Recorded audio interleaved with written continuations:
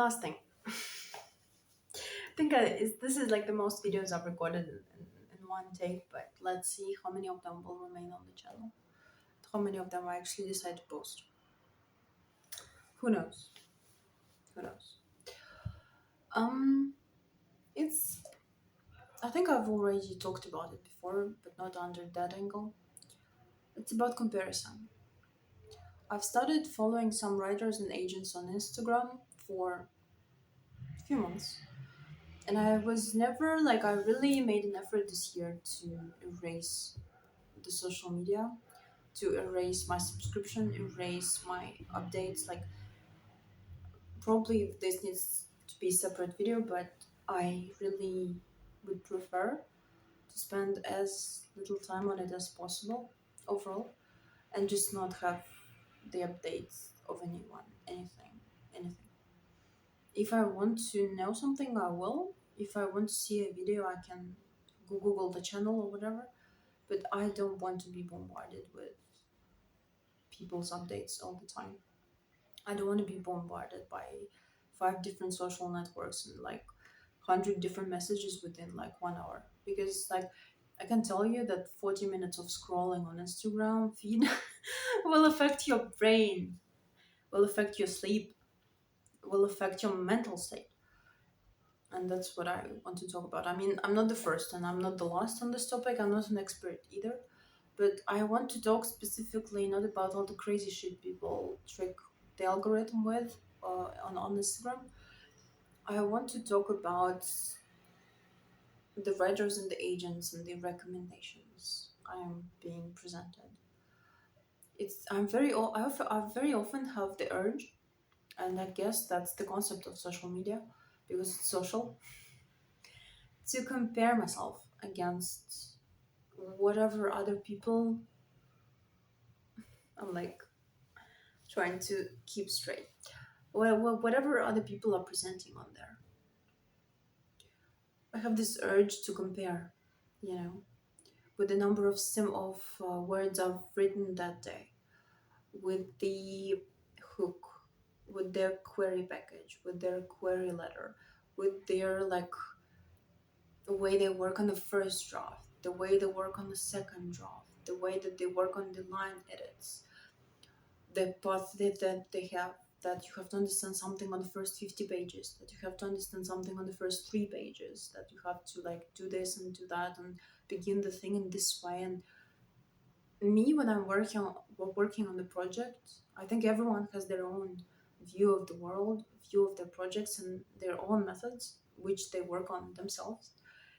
And when I work on the project, I sometimes don't even quite get the concept until like quite a few pages. I hash it out. I sometimes turn it around. I come up with stuff and I don't have it plotted from the beginning. I have to look at it from different angles, write different scenes. I have to explore. Like basically I have to uncover it. And I'm uncovering it as much as the reader is uncovering it. That's my method, and I don't think it will change. It might, but I'm. That's why it's been always hard for me to predict how long I will be working on a certain idea, and that's why I prefer to give myself this creative window of like a few hours where I can really play with this thing. Like I've came up with this guy and like this girl. Okay, she looks like this and he looks like this, and they interact in this way in this environment, for example, like in one of my projects at the moment, because it literally was morphing. Because at first I began with this idea of the friendship between the guy and the girl, and then I played with the idea of maybe their exes, maybe they had a thing, but maybe it didn't quite work out. So what does that mean? I went a bit through like the rom-com direction with it, and then I kind of was like, this is a bit Hallmark movie. I still like the premise and the idea of it, but I might. There was this other guy, and I kind of like turned it around. Maybe it's a love triangle, or maybe he gets with another girl and she gets with another guy, but they still have a thing with each other. Maybe that's the premise of it. But then she gets really into that other guy. And I started writing scenes with him, and I was like, okay. Then, like, basically, I need to explore. I don't know.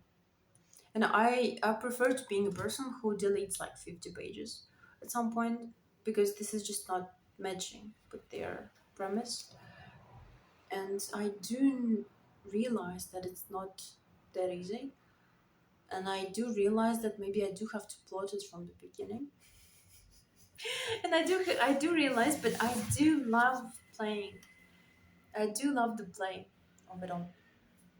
I do love kind of like turning it around and thinking like, those people are nuanced and they have different feelings and they have different relationships with each other, and I should explore like, what is this girl and then the guy relationship who are supposed to be friends, but are they really friends?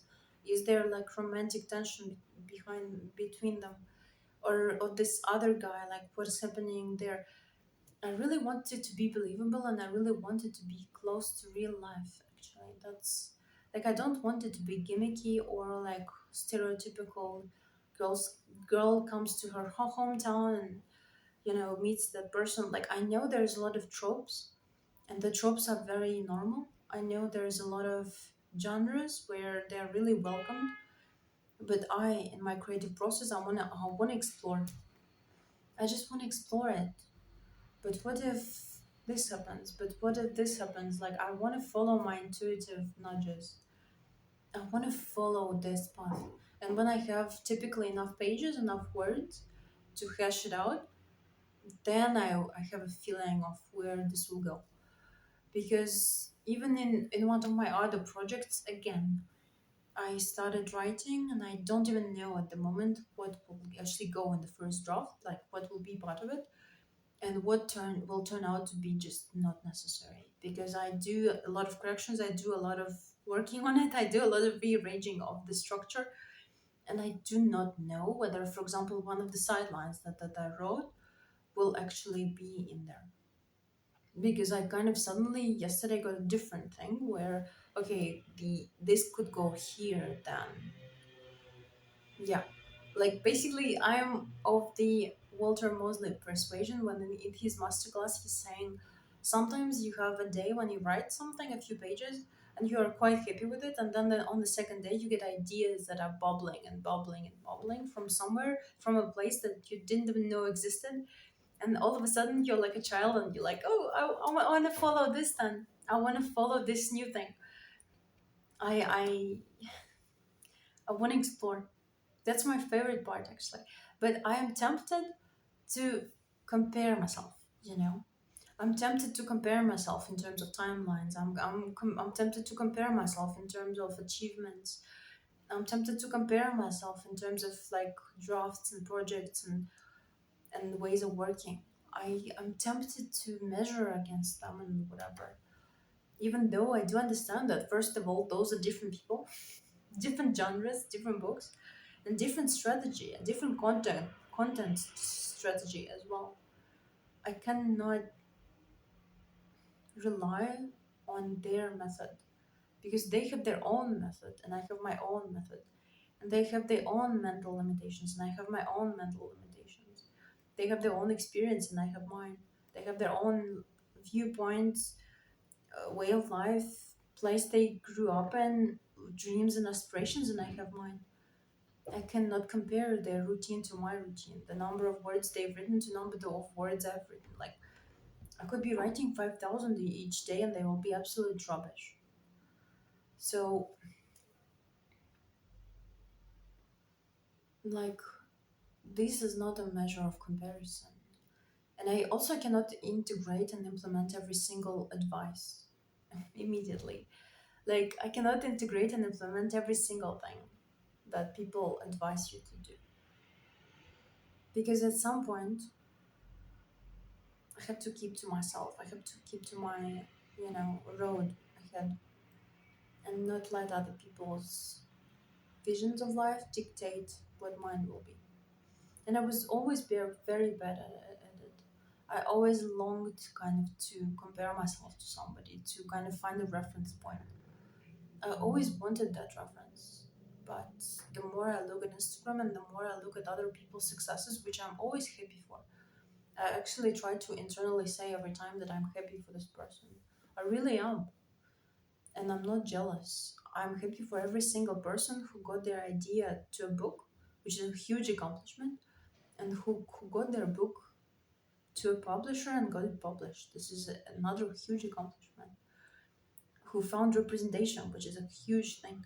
Like I'm happy for every single person who persevered, because most of them have done it for years. Most of them have like done it multiple times. They failed and failed and failed again, and tried again, and I try every time to feel happiness for them, because this is no small thing. The like, to me it's even less about the accomplishment and more about the fact that they persevered. They persevered for years, most of them. So this is huge. But yeah, looking at Instagram, like I need to separate myself from whatever everyone else is doing, and I need to separate myself from whatever everyone else is telling me to do, because that's the particularity of this world. That everyone fucking tells you what to do. Everyone wants to advise you on everything. Everyone wants your content strategy on their content strategy to work on you. Everyone wants your eyes, your attention, your mind, your soul. Everyone wants you to tell you what to fucking do, but they actually don't know what you should do. They will never know.